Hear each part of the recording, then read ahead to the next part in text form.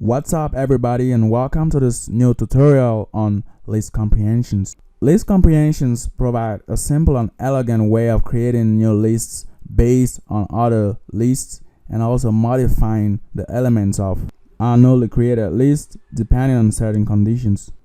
This video on list comprehensions is part of our essential Python programming course available here on YouTube and also on our web platform. To keep getting high quality content like this on Python programming, math for deep learning and deep learning, you could simply subscribe and also click on the notification button. In this video, we shall look at the general list comprehension syntax, creating a simple list based on another list, adding conditions in list comprehensions, and finally nested loops in list comprehensions. Now let's suppose we have these two lists. The first list is the fruits list made of orange, banana, avocado, strawberry, mango, and plum. And the second list is this list made of different animals. If we were to create a new list made of all those fruits, we could simply do new fruits. We initialize that, and then for fruit, in fruits, we have no fruits dot append fruit. Let's print this out. We have no fruits, and that's fine. So there we go. We've created this no list where we have basically the same items as in fruits. Now let's see how to do this same creation using the list comprehension method. With this, you will not need to create a new list. Like, you will not need to initialize the list as we had here with this empty list. All we need to do is to have that, and then we have this list, and in this list we'll simply say we want to put in a fruits for all the fruits in fruits. So we want to have this. So for fruit in fruits, we want to put that fruit in this list. So there we go. We just print this out and we have no fruits. Run that and we'll find that we have exactly the same output as with this previous method right here. And if you're not familiar with for loops, you could check on our tutorial on loops in our channel and on our web platform. Now let's look at the general list comprehension syntax. This general list comprehension syntax will follow this same pattern. So we have, for example, new fruits. And here we have expression. Let's have this expression. Let's take this off. We have expression for item in the iterable. So you could see clearly here that this is our expression for the fruit in the fruits, because we can iterate through the fruits. We can go through each and every fruit. So we have this expression for item in iterable, and then we also have a condition. So in general, this is what our list comprehension will look like. We now get into adding conditions in a list comprehension. Now let's suppose that we want to create a new list like this no fruits right here, wherein we have only fruits with less than, say, 7 characters. So in this case, we have orange 1, 2, 3, 4, 5, 6. So we would want to have this type of fruit in our list. And then this fruit 1, 2, 3, 4, 5, 6, 7, 8, 9, 10, which is already greater than 7. We wouldn't want to have it in our list. So let's go straight away into looking at that. We will have, let's copy this. So let's take that off. And then right here we have, let's print this no fruits. So here we have fruit, the expression, and then for fruit in fruits are iterable. Our condition is if we have a fruit, or if the length of the fruit is less than, say, 7, or less than 7. So we have that, and then let's take this off and then run it again. So you can see clearly here we have orange, banana, mango, and plum. Now let's look at this others. Avocado is left out, strawberry is left out, so this two are actually left out. And then if we reverse this, let's have that, and now we have only strawberry. If we have equals here, see we have avocado and strawberry. Now if we were to repeat this or to do this with the usual loops, we would have, like in this case, we would have if, we'll have to have an if here, if the fruit or if the length of the fruit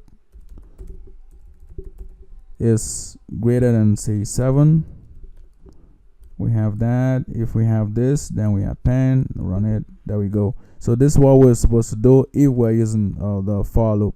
Now we're working on these comprehensions. Here's how it's done. Now let's suppose that instead of taking in just this one, like let's take this back to less than say 7, run that. So instead of having this and for the strawberry and avocado we don't put it in the list, what we want to do is we want to say, okay, else we want to have the no fruits that append say too long. So run that. We see here we have too long and too long. And for this, obviously we have the orange, banana, mango, and plum. Now in the list comprehension, if you want to do something like this, you wouldn't go and say, for example, in this case, if this and then else and all of that. What you want to do is you have fruit, if you have the length of the fruit less than 7, fruit less than 7. If we have that, else you want to have too long. Now you take this off. So here's now where we work with condition like this, all this type of conditions. So now with this, run it, and then we have this same output as when we're working with this. Obviously you see how this code looks more elegant and even easier to read. Let's take another example, this time around with dictionaries. We'll see how we could implement list comprehensions and create new lists based on a dictionary. So right here we have this dictionary animals. This is practically this similar to this, with the difference that now we have the fruits that this animal may like. So here we have dog loves orange, mango, sheep nothing, cow plum, cat orange, and lion nothing. So we just have this dictionary right here, and then what we want to do is we want to say, for example, for any of those fruits, we want to know which animal will love it. So right here we have, say, print this out. So we have our list comprehension method we want to apply here, and this will simply have for animal in animals. So we're gonna go through each and every one of this because we're actually looking for that animal which will be in love with a given fruit we'll pass in. So for animal in animals, if let's consider the fruit orange, if orange in animals, animal. So here we have this dictionary animals, and then we're going through each and every animal.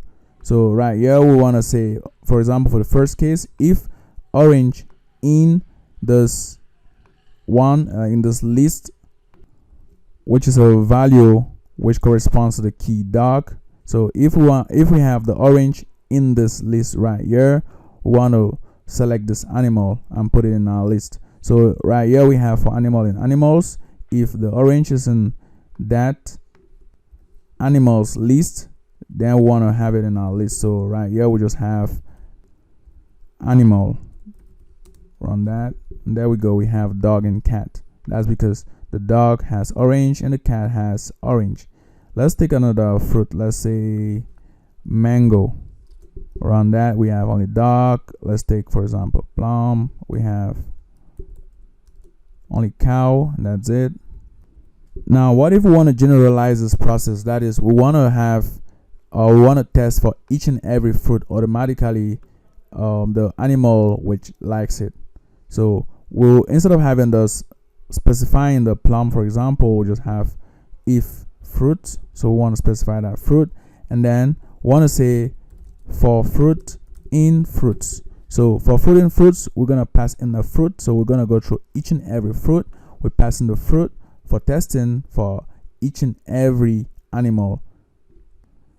Now this is what we call the nested loops, right? Yeah, what we're gonna do is we have this first loop, that's this one which does the testing, where we go through each and every animal. So for animal in animals, if we have this, so this is our first loop. That's it. Now we have another loop, this outer loop right here, which is for each and every fruit. So what we do is, or the way we read this is, we go through each and every fruit, we pass it in here, and then we just test, or we print out the animals in it. So right here we have this, and then we run it. There we go. We have for the first fruit, that's for the orange, we have a dog and a cat. For the next fruit, that is the banana, we have none of them. For the next fruit, that is the avocado, none. Strawberry, none.